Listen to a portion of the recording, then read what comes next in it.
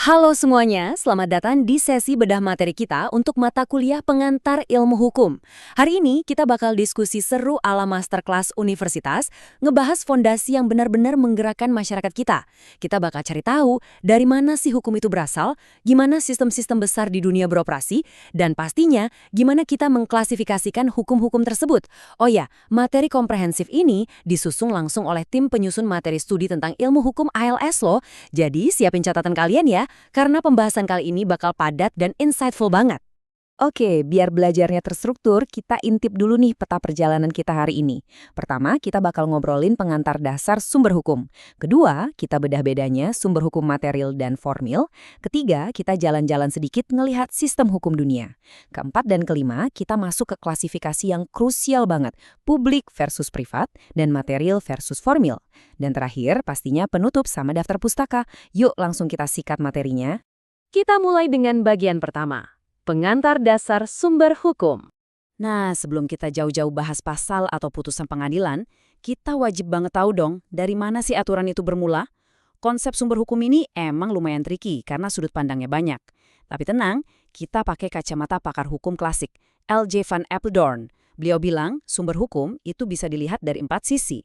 Sisi historis atau sejarahnya, sisi sosiologis dari realita masyarakatnya, sisi filosofis soal kenapa hukum itu mengikat secara moral, dan terakhir sisi formil alias bentuk resmi dari aturan itu sendiri. Poin ini makin tajam kalau kita dengerin kata pakar hukum kita, Prof. Sudikno Mertokusumo. Beliau menggarisbawahi kalau pas kita ngomongin sumber, kita tuh bisa merujuk ke asal mulanya, kayak asas hukum dasar, atau bisa juga merujuk ke hukum-hukum masa lalu yang jadi cikal bakal hukum kita sekarang. Intinya, ini adalah titik nol atau garis start dari sebuah sistem peradilan. Lanjut ke bagian kedua, sumber hukum material versus formil. Biar lebih gampang dipahami, para ahli itu membagi sumber hukum jadi 2 kubu besar. Coba bayangin gini ya, di satu sisi kita punya sumber hukum material. Ini tuh ibarat bahan baku atau inspirasi yang nentuin isi dari hukum tersebut. Entah itu dorongan ekonomi, sejarah, atau kondisi sosiologis masyarakat. Nah, di sisi lain ada sumber hukum formil. Sebagus apapun bahan bakunya, dia belum punya kekuatan mengikat kalau belum ditaruh di dalam wadah yang resmi. Bentuk resmi inilah yang akhirnya ngasih kekuatan memaksa ke hukum tersebut.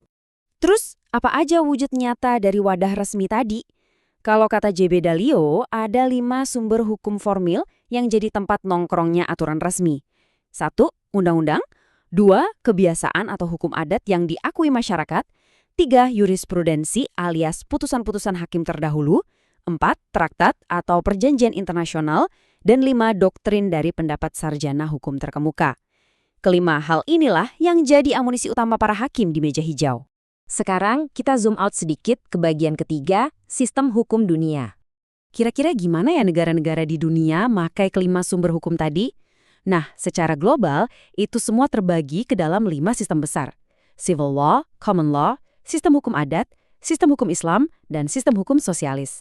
Yang bikin unik banget buat pembelajar hukum di Indonesia adalah negara kita tuh nggak murni cuma pakai satu sistem. Kita punya pengaruh civil law yang kental banget peninggalan Belanda, tapi kita juga menyerap hukum adat dan hukum Islam. Makanya, tata hukum kita itu super kaya dan dinamis. Dari 5 sistem tadi, jujur aja, 2 raksasa yang paling mendominasi dunia modern itu civil law dan common law. Bedanya lumayan fundamental nih. Di sistem civil law kayak di Indonesia, primadonanya itu adalah aturan tertulis alias kodifikasi undang-undang. Kepastian hukumnya ada di dalam teks. Tapi, kalau di negara common law kayak di Inggris atau Amerika, hakimnya lebih berpegang pada jurisprudensi atau presiden putusan hakim-hakim sebelumnya buat nyelesain kasus yang mirip. Beda banget kan? Oke, kita balik lagi fokus ke ruang lingkup domestik di bagian keempat, klasifikasi hukum publik versus hukum privat. Biar gampang dipelajari dan diterapkan, hukum tuh diklasifikasikan secara dogmatis. Mengutip Paul Scholten, hukum privat itu intinya mengatur otonomi individu. Jadi, ini soal interaksi kekayaan, perikatan, atau kekeluargaan antara satu orang dengan orang lain dengan posisi yang benar-benar setara. Dan klasifikasi ini brilian banget buat ngejelasin batas campur tangan negara. Hukum publik itu menempatkan negara dalam posisi otoritas buat ngelindungin kepentingan masyarakat luas. Makanya, hukum pidana sama hukum tata negara masuk ke ranah publik. Sebaliknya, hukum privat itu sifatnya horizontal. Contohnya kayak kontrak bisnis di hukum perdata atau hukum dagang, di mana individu bebas ngatur kepentingannya sendiri. Selama nggak ada sengketa, negara nggak ikutan campur. Kita masuk ke klasifikasi teoretis yang terakhir di bagian kelima, hukum material versus hukum formil. Sederhananya gini, kita misahin aturan berdasarkan fungsinya. Hukum material itu ibarat substansinya. Apa sih yang dilarang atau diperintahkan? Contohnya pasal-pasal di KUHP atau KUH Perdata. Tapi, hukum ini nggak bisa gerak sendiri. Buat nangkap tersangka atau mengeksekusi putusan, aparat wajib banget tunduk pada prosedur biar HAM tetap terjaga. Nah, prosedur atau bagaimana cara mengeksekusi aturan tersebut, itulah yang disebut hukum formil atau hukum acara. Kayak KUHP untuk urusan pidana atau HIR untuk urusan perdata. Coba kita perhatiin konsep ini. Kalau dilihat dari cara mempertahankannya, hukum itu benar-benar ibarat dua sisi koin. Punya hukum material tapi nggak ada hukum formilnya, itu namanya aturan macan ompong.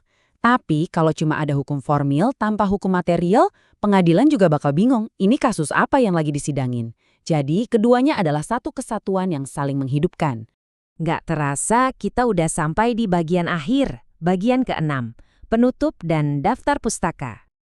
Pembahasan akademis kita hari ini nggak mungkin bisa sekomprehensif ini tanpa literatur-literatur andalan yang diramu oleh tim penyusun ALS. Mulai dari karya L.J. van Apeldoorn, sistematika Profesor Sudikno Mertokusumo, sampai eksplorasi mendalam dari Peter Mahmud Marzuki, J.B. Dalio, dan R. Soroso. Buat rekan-rekan pembelajar hukum, saya sarankan banget untuk baca langsung buku-buku ini buat memperdalam wawasan kalian. Sebelum kita akhiri, saya mau ngingetin, sesuai mandat dari materi ini, bahwa video presentasi ini secara khusus dirancang sebagai media pengajaran online. Tujuannya jelas, untuk jadi referensi yang solid bagi rekan-rekan mahasiswa dalam menstrukturkan pemahaman dasar kalian di mata kuliah pengantar ilmu hukum. Dan sebelum saya benar-benar pamit, saya nggak akan biarin kalian pergi tanpa satu pertanyaan pamungkas buat bahan diskusi. Berdasarkan semua teori yang udah kita bedah tadi, gimana sih sistem hukum Indonesia mendamaikan irisan antara hukum publik dan hukum privat dalam penyelesaian kasus-kasus modern? Coba deh bayangin kasus korupsi korporasi, di mana entitas privat melanggar hukum publik. Gimana menyelesaikannya? Coba pikirin jawabannya, obrolin sama teman-teman sekelas kalian, dan jadikan ini pemacu buat terus ngulik ilmu hukum. Terima kasih udah gabung di sesi kali ini, tetap semangat dan sampai jumpa.